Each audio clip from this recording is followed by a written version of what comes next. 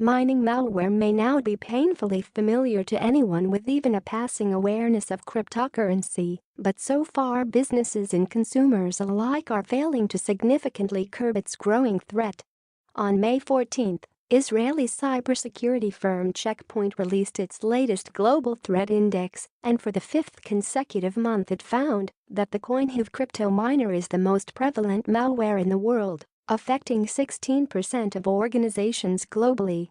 Meanwhile, Santa Clara-based Malwarebytes released its Cybercrime Tactics and Techniques Q1 2018 report on April 9, finding that businesses had seen a 27% increase in mining malware in the first 3 months of the year compared to the previous 3.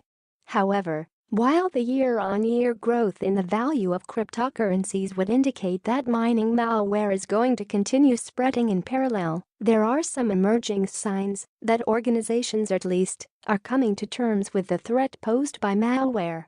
Exploiting basic vulnerabilities. Check Point's latest report is more worrying than its headline alone would suggest.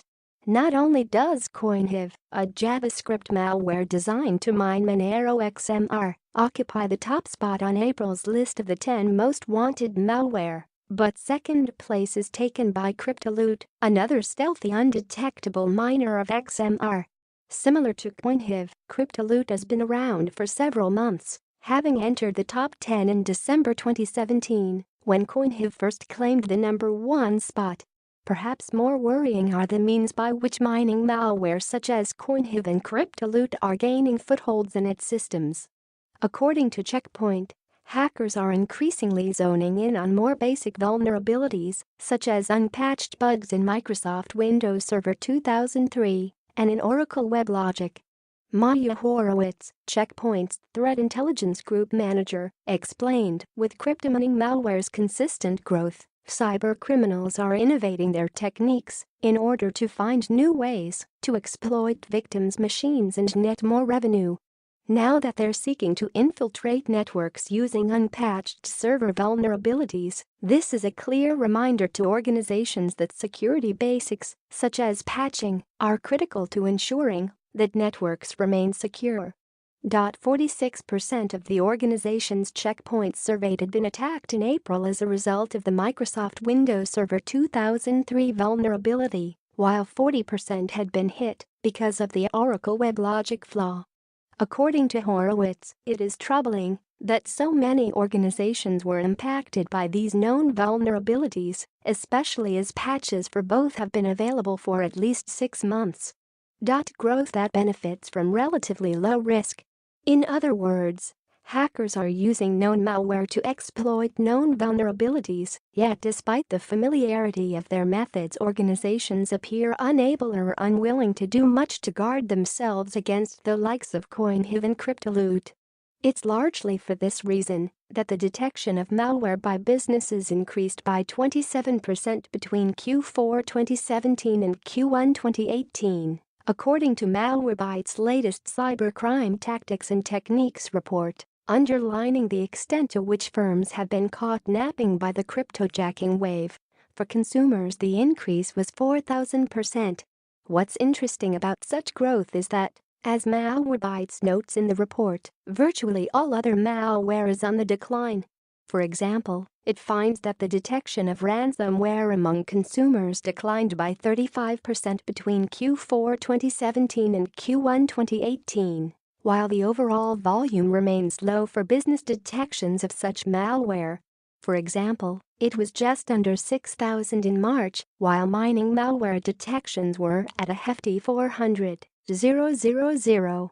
Similarly, while spyware is still classed by Malwarebytes as the number 1 threat for businesses, numbers were relatively low in Q1 2018, with January's peak of 80,000 detections paling in significance to the 550,000 detections in February for cryptojacking malware.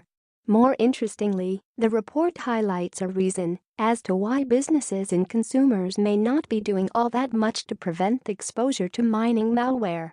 In its conclusion, it states, malicious cryptomining appears to be far less dangerous to the user than other forms of malware, such as ransomware.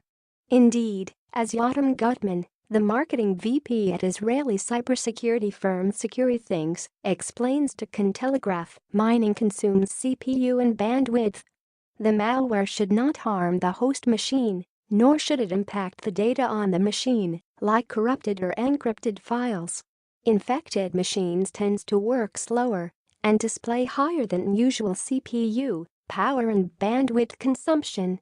Most malware mines in a subtle manner, as to not raise any suspicion, he continues. While it's worth noting that malware such as Coinhive often stops using a host's spare processing power if they navigate away from an infected website or close their browser.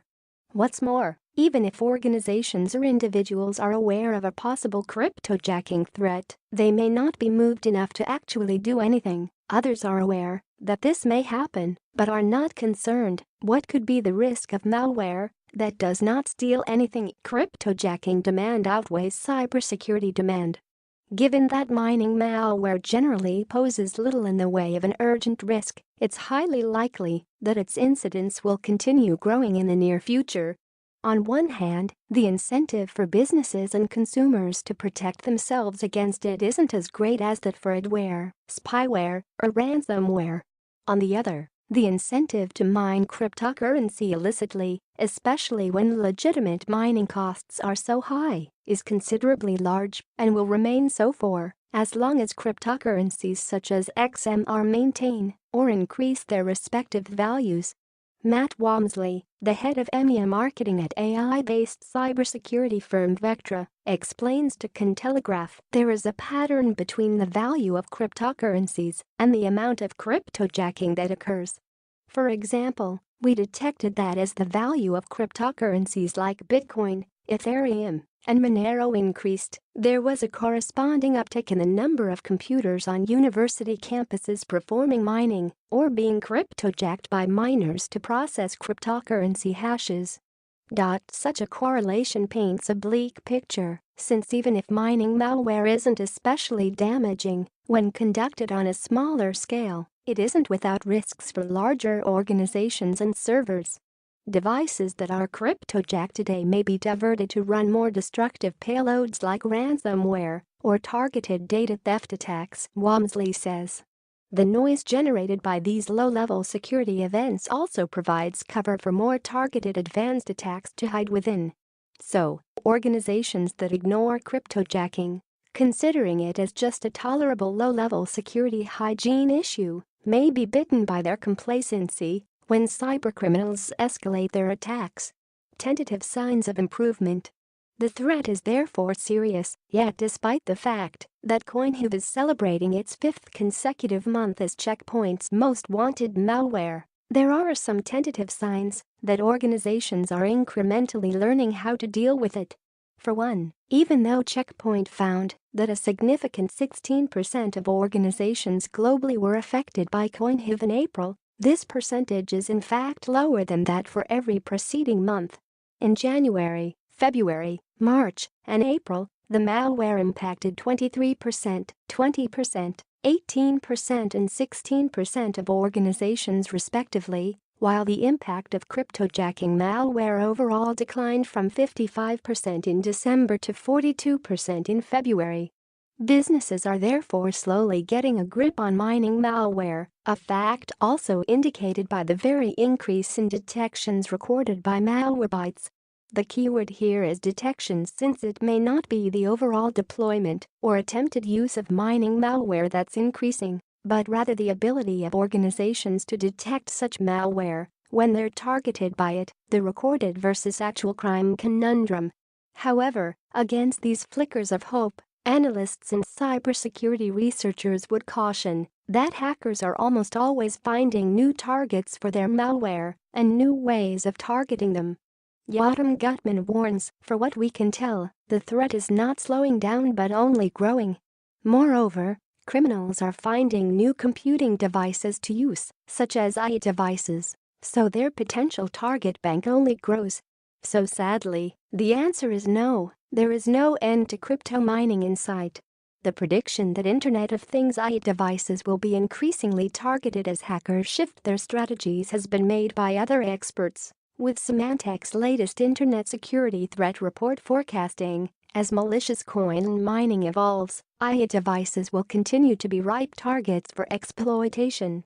Symantec already found a 600% increase in overall AI attacks in 2017, which means that cybercriminals could exploit the connected nature of these devices to mine en masse. Given that hackers have recently been able to move from one basic server vulnerability to the next in their hunt for ill-gotten cryptocurrency, there's every reason to suspect that they'll continue moving to AI devices and other easy targets as and when these emerge. Coupled with the solid performance of cryptocurrency markets, there's no reason to think they're going away just yet, even if businesses may have begun slowly becoming wiser to their threat.